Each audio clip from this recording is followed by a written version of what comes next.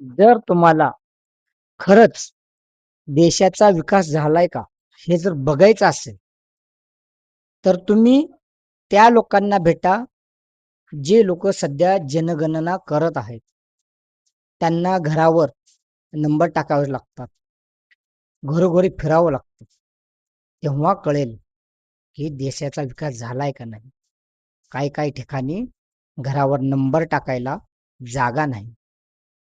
काही-काही घराची अशी व्यवस्था आहे बेकार आणि आपण म्हणतो, की आपल्या देशाचा, महाराष्ट्राचा विकास झाला.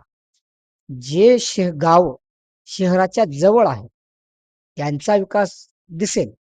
पण जे गावं तालुक्यापासून लांब आहेत, शहराशी लांबचा संपर्क आहे, त्या गावचा विकास अजूनही झालेला नाही.